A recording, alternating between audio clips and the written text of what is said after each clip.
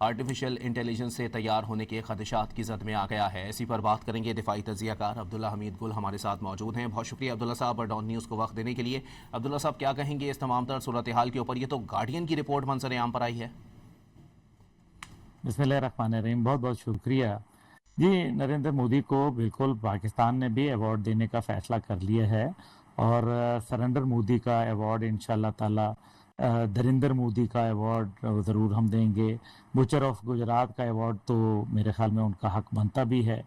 اب یہ ادھر ادھر بیچارے کہیں میرے خیال میں مارے پھر رہے ہیں پاکستان کے ہاتھوں ہزیمت آمیز شکست کے بعد.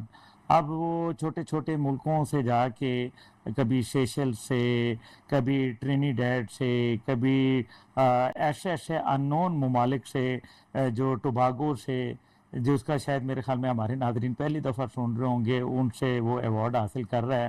اس کو بیچارے کو جہاں بلاؤ تو وہ وہاں آ جائے گا. میرے خیال میں یہ اس کا قصور نہیں ہے.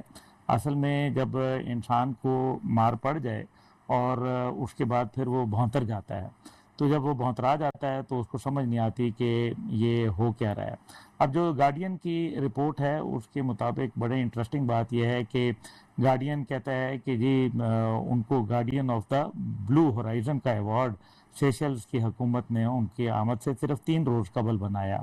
اب مطلب 3 روز پہلے ان کو بنایا گیا، تو اس کے بعد اس کے اندر الفاظ بھی جو ہے وہ غلط لکھ دیے گئے. جو ریپبلک اور سیشلز کے جو اسپیلنگ تھے وہ بھی غلط لکھے گئے. تو اس کے اوپر پھر انہوں نے بتایا، اخبارات نے یہ کہا کہ جی یہ شاید اے آئی کا بنایا ہوا ایک 2 نمبر قسم کا ایوارڈ ہے. پھر پتہ چلا کہ وزارت خارجہ نے سیشلز کی وضاحت کی کہ جی غلط سرٹیفکیٹ دراصل ورکنگ ڈرافٹ تھا، اصل منظور شدہ سرٹیفکیٹ جاری کر دیا گیا ہے. تو یہ ایک ایسی عجیب و غریب باتیں ہو رہی ہیں کہ مطلب ابھی کیا کہیں. کہ اس کے بعد مودی کو کہا کہ بھئی یہ تو حقیقی ایوارڈ ہے جو ان کو دیا ہے guardian of the blue horizon. اب یہ دیکھیے کہ اس کے اوپر وہ بھارتی اپوزیشن کہتی ہے، کانگریس کہتی ہے کہ انہیں کوئی بھی ایوارڈ دے دیں وہ تو دوڑے چلے آئیں گے. اب جو بی جے پی کا اسپیشل ایوارڈ ملنے کا بھارت کا، میرے خیال میں یہ بھی ان کو ایک دے دیا گیا، اور سیشلز کا ایوارڈ ان کو کہا گیا.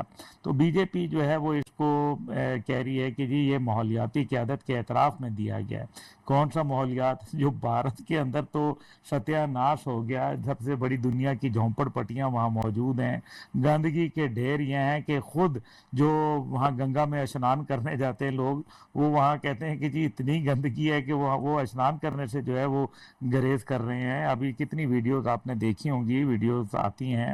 اب گارڈین کی رپورٹ میں یہ بھی دعویٰ کیا گیا ہے کہ مودی ملک دورے کر کے جو ہے وہ اعزاز حاصل کرنا اس کا ایک معمول بنتا جا رہا ہے.